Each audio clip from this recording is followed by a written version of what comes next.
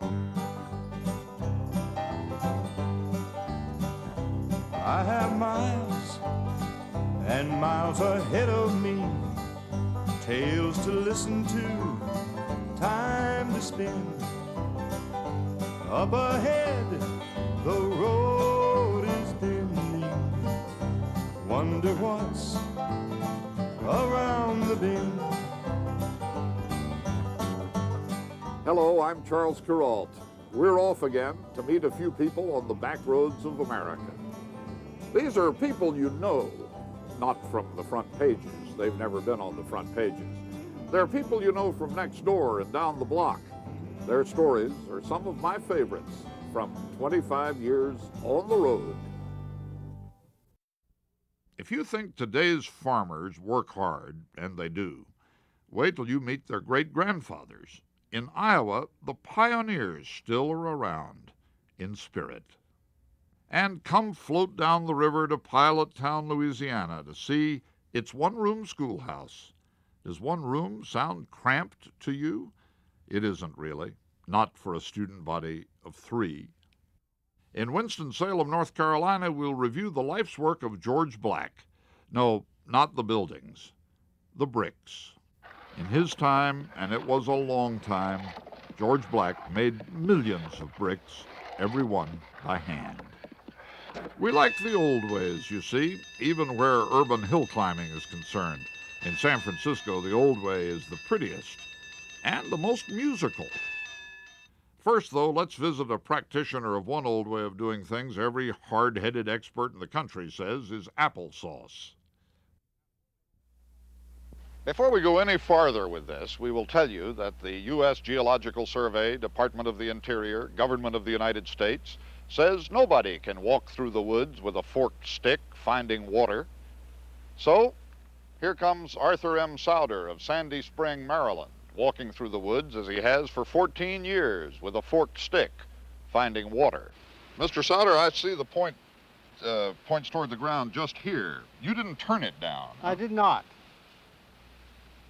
To me, that means that there's an underground stream directly below where the stick pointed down. And the stick turned down by itself. That's right. I couldn't stop it. Well, does this work for just anybody? No, not unless you have the faculty.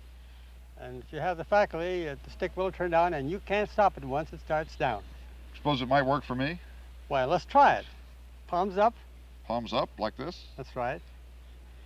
Now, this is the way it should act.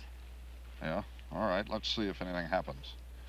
If you have the faculty, it'll go down that, just like that. You see, feel any pull at all? No, I'll tell you the truth, nothing's happening. Nothing is happening. Well, that's about where I spotted it, wasn't it? Now, you hold that end just like you're doing, and let this end go. Now, I promise you, I'm not going to manipulate in any way at all. I'm just going to hold my hand there. Well, still nothing's happening. All right, now give me your hand. And you couldn't stop it, could you? No, it's quite strong. I did nothing in my hand here to manipulate that. Just held it firmly. Let's try it again. And now, you don't feel any tension at all, do you? No. Well, that's quite remarkable. And you can see that I'm not doing any finagling over here at all. Well, you don't appear to be. Now, let's see it again.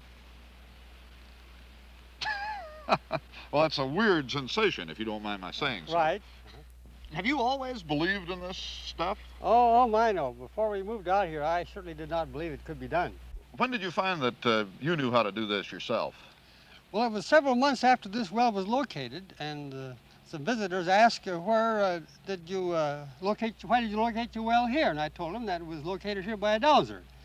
Well, how did the Dowser hold the forked stick? So I said, well, let's go down to the creek, because he left the dowsing stick in a limb of a tree. And lo and behold, when we got down there and I said it was the way he held the stick and walked around, suddenly the stick bobbed down for me and I couldn't stop it. That's the first knowledge I had that I had the faculty of dowsing. And there are other instruments, of course, that if a stick doesn't work for one should try some other devices. And you take these so-called L rods. If a fork stick doesn't work for one, try something else. And those are quite commonly used. These swing horizontally. Yes, they're on a swivel handle. Oh. Well, maybe I could try those. Let's try it. Mr. Souder, Must say I feel a little foolish, but I'm holding these things as level as I can. Well, you'll find that they'll cross when you pass over an underground Look, stream. they're beginning to cross now. So beneath us is an underground stream. You're sure of that? Right. Let me try it again. I'll stay here and mark the spot. All right, I'm going to be very sure that I don't influence the things this time. I'm holding them as level as I can. And there they cross. That's it. It's a bit of a strange sensation. Well, you stay there in that spot and let me check it with the forked stick. Well, they're starting to pull down now, and I can't stop them. There you are. We agree, don't we? I hardly know what to think. I certainly wouldn't have believed it if I hadn't seen it. Seeing is believing. Seeing, of course, is not necessarily believing. True, dowsing has been used successfully in Vietnam to find enemy tunnels. True, the Marine engineers teach dowsing at Camp Pendleton, California. And true, water wells are still found by dowsing in rural America as they have been for hundreds of years. Still, as long as there have been dowsers, there have been doubters. And the U.S. Geological Survey says that you can walk along with a forked stick all day and absolutely nothing will happen. Early morning off Pilot Town, Louisiana. This is the only way to get to Pilot Town, by boat. There are no roads, except for this big muddy one, the Mississippi River. The morning sun is already glancing off the big white house where the bar pilots wait for ships that need guiding up the river. But there's no early morning traffic congestion in Pilot Town because there are no cars. Mrs. Alice O'Brien, the postmistress, is just raising the flag down at the post office. The mail boat will be along in another hour. And Chucky and Leanne Gherkin and their friend Kevin Nelson and their dogs, Rex and Jimmy, are on their way to school. They are never late, but they can be sure that school won't start until they get there. They are the only students. The Pilot Town Public School must be the smallest in the nation. Its enrollment is 3. It also may be one of the best schools in the nation. That's because of the teacher, a rough-hewn scholar named Andy Spirer, who went to college on the GI Bill and became the teacher here 10 years ago. In his spare time, Andy Spirer hunts, fishes, and reads Sophocles. During working hours, he teaches Kevin Nelson how to make letters. Small letter A and M. Let's pronounce the word list. Wealth, appear, acre, signal. That word is single, meaning Single, one. lose. Plain list. Yes, All right, Chucky. Spell the word afternoon. Every year, the school board discusses closing the Pilot Town School, but every year they leave it open, because there are children in Pilot Town, after all, and they are miles beyond the end of the road, and it would be asking a lot to expect them to make a 20-mile round trip by boat every day to the nearest school. And so Andy Spirer's school not only survives, but prevails. Do you think the children who go to school here end up with as good an education as they would if they'd gone to a bigger school? I would say they get a better education for the simple fact when a child graduates from Pilot Town, I try to instill in that child every bit of knowledge that I have learned in the book world, in the social world, in the physical world. And part of my pride goes with each child when they go to the city schools. You don't have to worry much about the principal looking over your shoulder, do you? No, I sure don't. In fact, I'm the principal, the janitor, librarian, and the teacher. I've had one visitor in 10 years. School board officials don't like to come down to Pilot Town too often. It's pretty far to come. Yes, it is. It's 10 miles down the river and 10 miles up the river. People do move into Pilot Town occasionally, so next year the school enrollment may be up to 5 or 6. And eventually, Kevin and Chucky and Leanne will no doubt move up the river to the high school, taking a little of Andy Spirer's pride with them. It seems a good enough reason to have a school in Pilot Town. This is one way to make bricks. Come up, mule. This is another way, George Black's way. It requires no console with flashing lights, no machinery, no conveyor belts. It requires only a mule hitched up to a mud mill in his backyard in Winston-Salem, North Carolina, and the sure hands and certain knowledge of a master craftsman. George Black is 93. He made his first brick just this way in the year 1889. I've been making brick all these years, and still gonna make some more yet. Yes, there is. How many little more sand in here? George Black worked with the ancient elements. He made his whole life out of water and earth and fire. These brick we're walking on here, they was made around 35, 40 years ago. Everywhere George Black walked in his hometown, he could see the work of his hands, the bricks he made one by one for more than 80 years. We made the brick for that building right there. And then the old work done on the old home church, I made the brick for that. Then I made the brick for the library.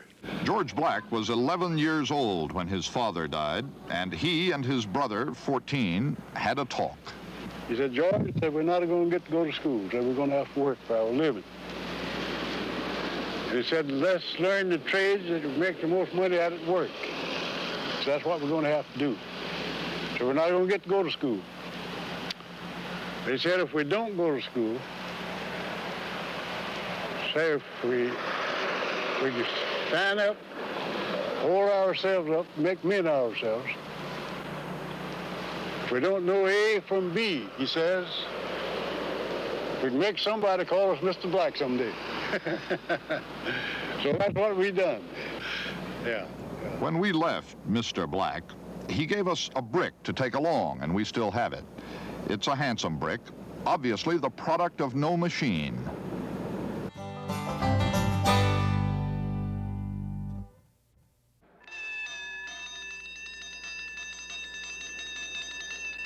If we haven't made our point yet, that some old places are worth knowing, that some old ideas still serve, then we offer you the San Francisco cable cars, with their cargo of sailors and lovers and kids. Ordinary transport has to do with gas fumes and noise. Cable cars have to do with flowers and pretty girls. Ask the man who drives one. I mean, you go 9 miles an hour. It's slow enough where you can have a decent conversation with someone that wants to know about the cable car, that you can stop and run in and get you a Coke if you want. On the bus, you don't have these opportunities. Mrs. Hans Klusman once led a fight to save the cable cars. Isn't this kind of a slow way to go in a fast age? Wouldn't you like to see sleek, modern transport on the streets of San Francisco? You mean an old smelly bus? What are you talking about? Of course not. I think this is great. Do you know that you can put 100 people on a cable car and you have a feeling of camaraderie amongst them? Nobody is, you hear laughter as we're hearing right now. But you put these same people on a bus and everybody's grouchy and grumpy and they're criticizing and mad and everything else. Never on a cable car, they don't get mad at all. And I think that's one of the charms of the cable car, really. Aren't cable cars a bit of an anachronism, really? Oh, of course they are. Of course they are. Isn't it? It's mad that a city like San Francisco, you know, a so-called modern city, you know, should have cable cars. It's a mad idea. Once there were 600 cable cars clanging around town. Only 38 are left, and they are treated gently. Even the tourists who help turn them around at the end of the line handle them with care.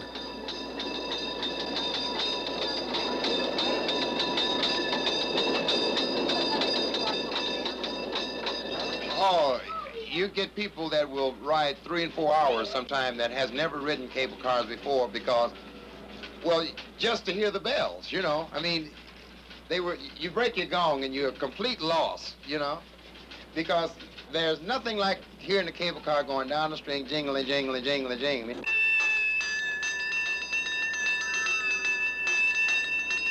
So let the cable cars seal our argument. Old doesn't necessarily mean worn out, even in America. Cable cars are all Tunerville woodwork. They creep along, they clatter loudly, and there's no better way to get to the top of a hill.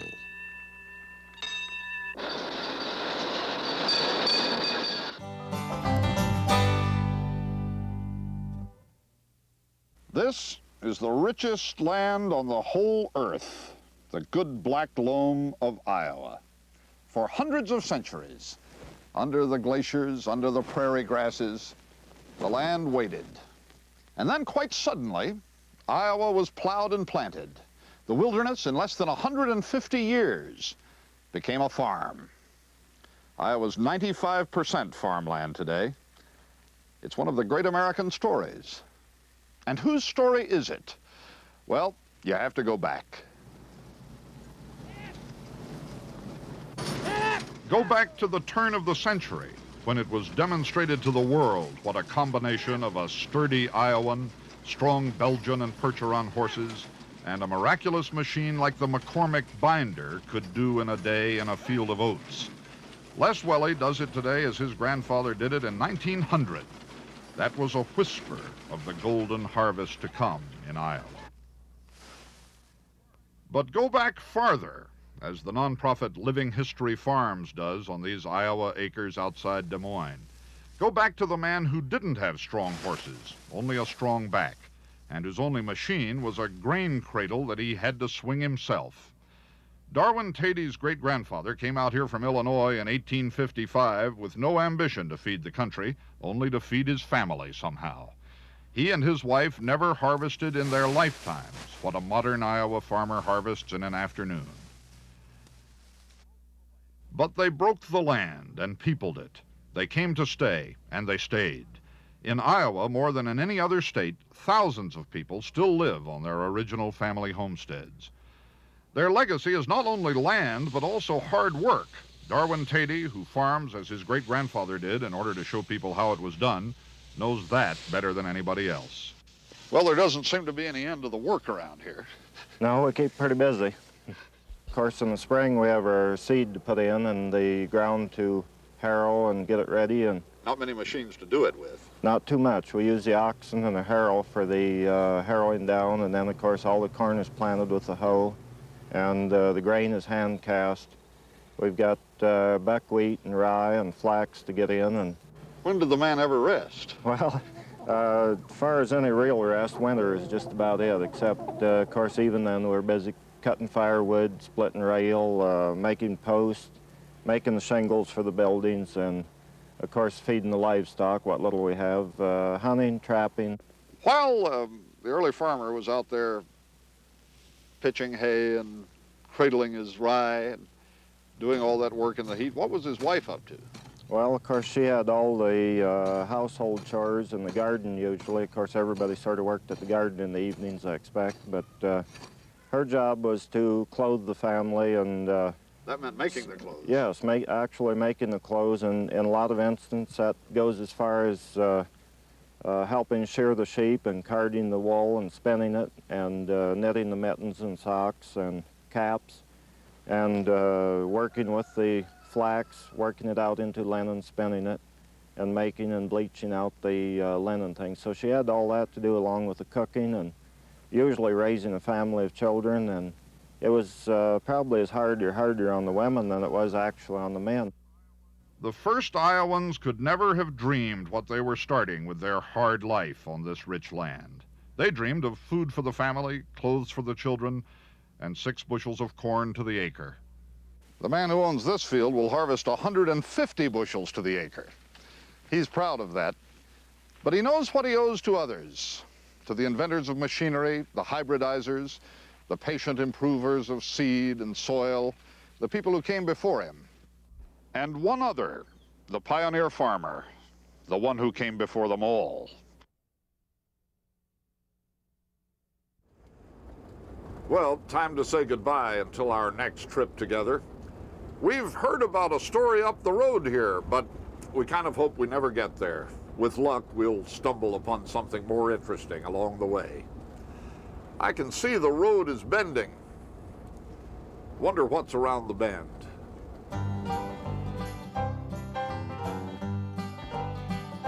All these years I've been a-wondering,